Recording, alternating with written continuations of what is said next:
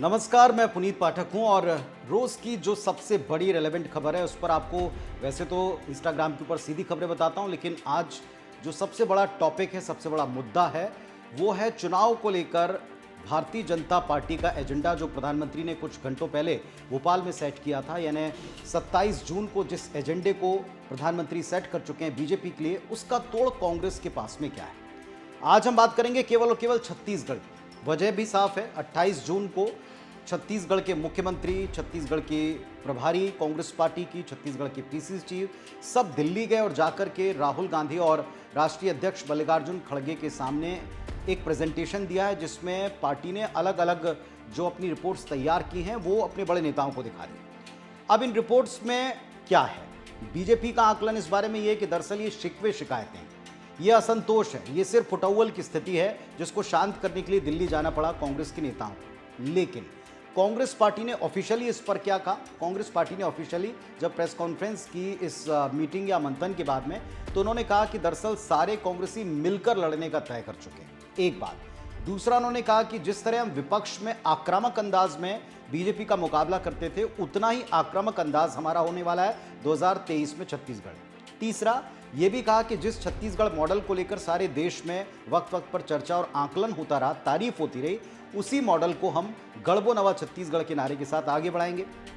चौथा, ये भी डिस्कस हुआ है कि भारतीय जनता पार्टी के पास में एक ही बड़ा मुद्दा है किसी भी प्रदेश में जब कभी वो चुनाव में फंसती है, और वो है धर्म, धर्मांतरण, लव जिहाद, यानी पोलराइजेशन वाले, ध्रुवीकरण वाले सारे मामले। तो कांग्रेस पार्टी को भी अच्छी तरह से समझ में आ गया है कि दरअसल बीजेपी का मुकाबला करने के लिए उसको एक होना पड़ेगा, अपने डिफरेंसेस को भुलाना पड़ेगा।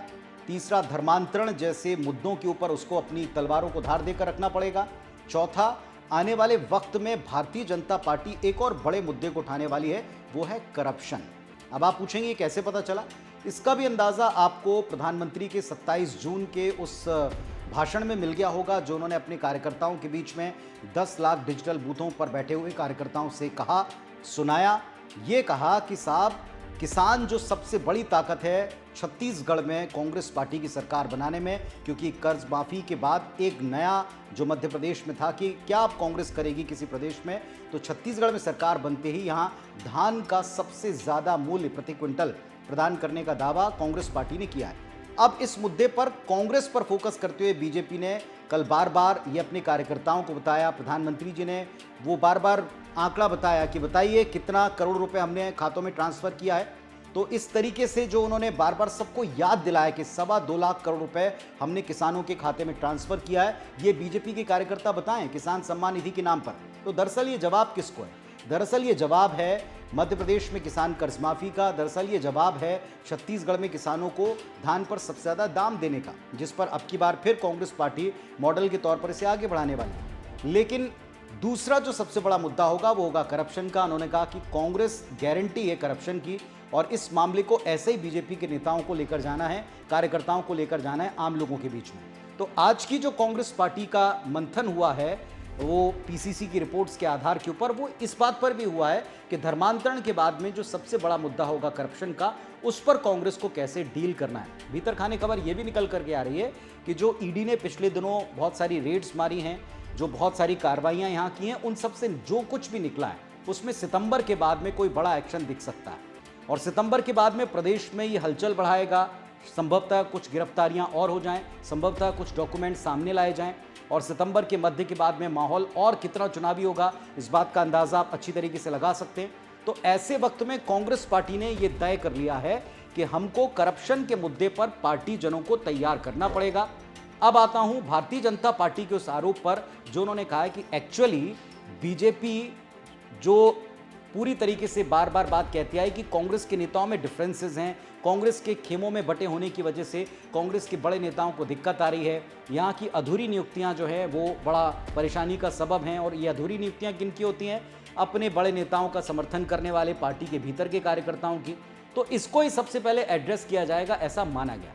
हालांकि प्रेस कॉन्फ्रेंस में कांग्रेस ने ऐसी कोई बात नहीं की। तो अब फिर घूम फिर कर बात वही आ गई कि कांग्रेस की जो मीटिंग थी 28 जून की, जो दिल्ली में की उन्होंने, जिसमें राहुल गांधी मौजूद थे, जिसमें मल्लिकार्जुन खड़गे मौजूद थे, जिसमें एआईसीसी के तमाम मेंबर्स मौजूद थे, जो कि कांग्रेस के कोर आज की तारीख के रणनीतिकार माने जाते हैं, उन सब ने मिलकर पीसीसी छत्तीसगढ़ की सारी बातों को सुनकर कुछ चीज़ें डिकोड की हैं, कुछ चीज़ें अपने प्रदेश इकाई को करने के लिए कहा है।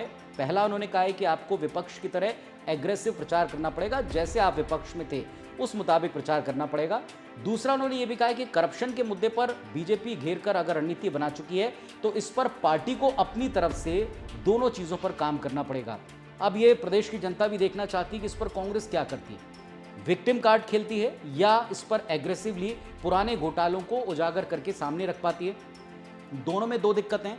अगर आप विक्टिम कार्ड खेलेंगे तो इस पर यह आरोप लगाया जा सकता है कि आप इस पर शुरुआत में मौन रहे और बाद में जब कार्रवाइयाँ होने लगी ललकारते रहे कि कार्रवाई करके दिखाएं, कार्रवाई करके दिखाएं। जब कार्रवाई कर रहे हैं तो फिर आप कह रहे हैं कि आज आपको पूरी तरह से शिकार बनाया जा रहा है। दूसरा जोखिम, जो दूसरा तर्क कांग्रेस पार्टी का हो सकता है कि दरअसल इस पूरे मामले में पुरानी सरकारों के घोटाले देख लें, 15 साल के बीजेपी के घोटाले देख लें, जिनमें से अभी कुछ खुल भी रहे हैं। उस पर भी यहाँ एक बात सामने भारतीय जनता पार्टी रख सकती है विपक्ष के तौर पर कि साहब 4.5 साल तक आपने इस पर एक्शन क्यों नहीं लिया, चुनाव के नज़दीक आने पे ही आप इस पर क्यों जागे हैं?